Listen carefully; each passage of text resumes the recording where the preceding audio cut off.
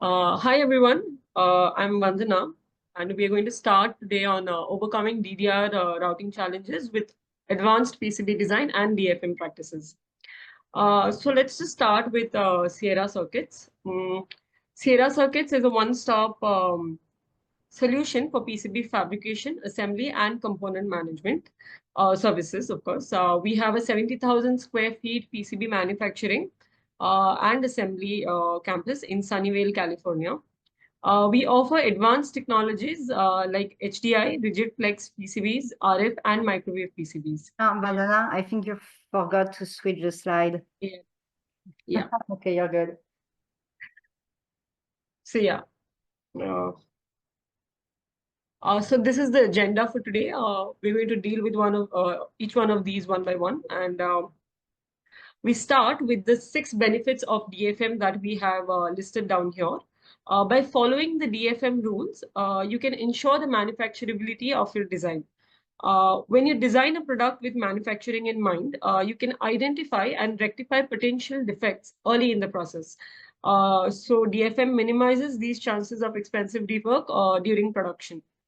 DFM optimized designs are easier and quicker to manufacture, hence leads to shorter production cycles and faster time to market of the final product. Uh, we'll discuss typical DFM best practices now to avoid manufacturing delays and ensure reliability. The first one that you have to do is choose the right material. Uh, if you want to avoid overheating and mechanical damage, you can follow some of these DFM rules while selecting PCB materials. Uh, you can select materials with dielectric constants and dissipation factor that are less than 4 and 0.005. And this will minimize the insertion losses. You can ensure your selected material's glass transition temperature is greater than 170 degrees Celsius. And the CT along the Z-axis should be less than 70 ppm per degree Celsius. The Hummel conductivity should be higher than 0.5 watts per meter Kelvin. Another point to keep in mind is to ensure uniform material thickness within specified tolerances and use low moisture absorption materials such as the polyamide or PTFE to prevent delamination and long-term reliability issues. Next is to design a reliable stack-up design. You can ensure symmetry in your PCB stack-up to avoid bow and twist and maintain even stress distribution. And unbalanced stack-up usually causes board warpage. You can route your DDR signals near the ground planes to minimize the noise. Have dedicated reference planes adjacent to high-speed signal layers, and this will avoid crosstalk. Uh, you can also collaborate very closely with your PCB manufacturer to fix the tolerances, typically within plus to minus 10% of the target thickness.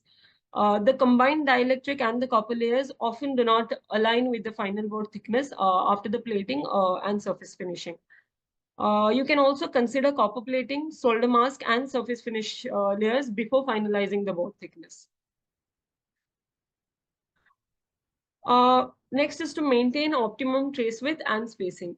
When it comes to trace routing, inadequate trace to board edge spacing might expose the outer conductor to external corrosion.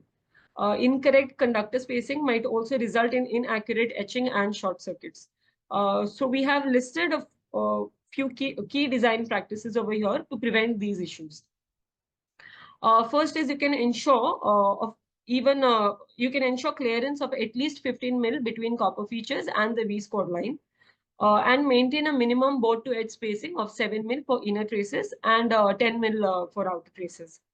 To minimize crosstalk, keep your DDR signals away from other high-speed clock lines and power tracks.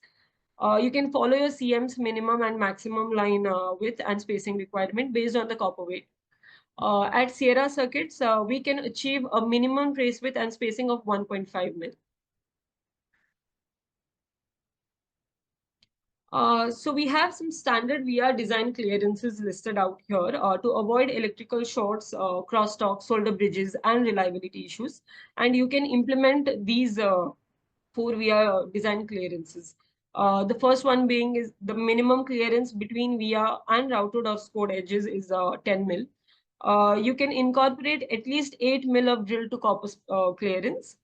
The antipad should be 16 mil bigger than the hole size, and the plane relief should be 8 mil. The clearance from the solder mask should be 2.5 mil larger than the pad diameter. Next, we have setting the accurate annular ring and drill dimensions here. So when you're designing annular rings, ensure your requirements align with your manufacturer's capabilities.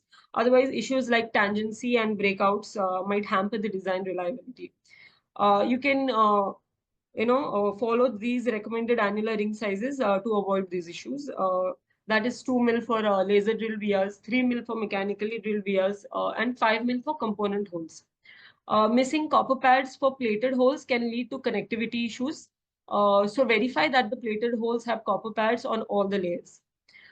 Inadequate drill to copper clearance might increase the risk of short circuits. So to prevent that, ensure minimum clearance